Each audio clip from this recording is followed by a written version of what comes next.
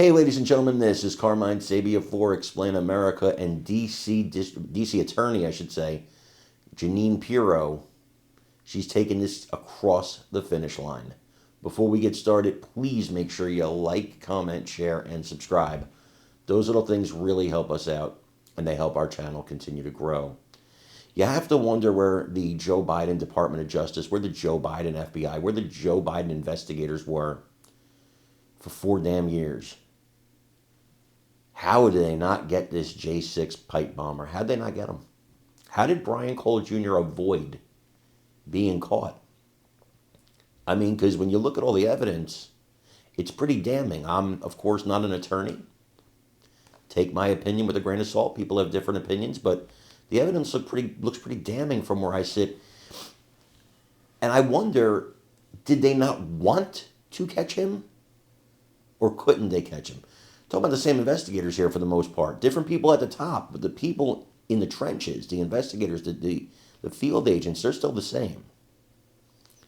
So you have to wonder, did the people on top not want to catch this guy? And if they didn't, to what end? What was the reason they didn't want to catch him? I'm not saying that happened, but I'm saying if that's the case, then you have to wonder why that's the case. Now, Jeanine Pirro says they are going to prosecute to the fullest extent of the law. They are going to take this to the finish line, and this guy's going to serve time. I don't know if he'll ever see the light of day outside of a jail cell again. I want you to watch this. Listen to what Jeanine Pirro had to say here, and let me know what you think in the comments. Like finding a needle in a haystack. Well, here to react is none other than Judge Jeanine Pirro, of course, D.C. U.S. Attorney. Judge, this is a huge deal. Americans, I think, had begun to think this would never be solved. This case would never be, people would never feel good about this because of what happened.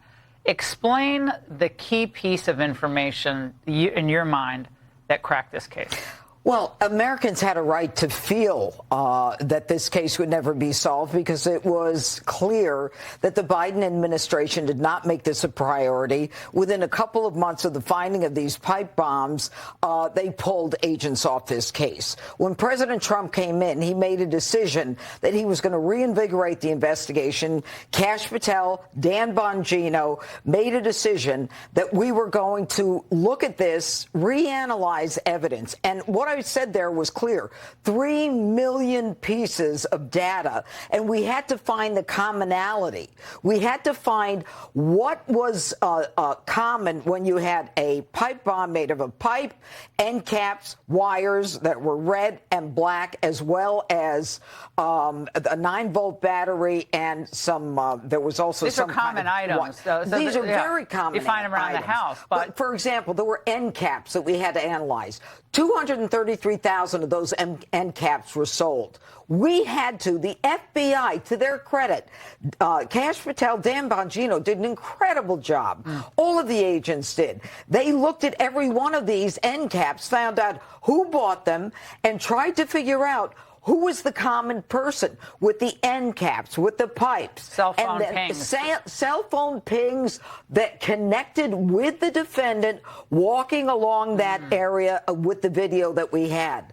When we had the pings, when we realized that his cell phone is pinging exactly where he's walking, we knew we had someone. But we didn't stop there. We had to get all of his receipts. He's been buying this kind of equipment since 2019.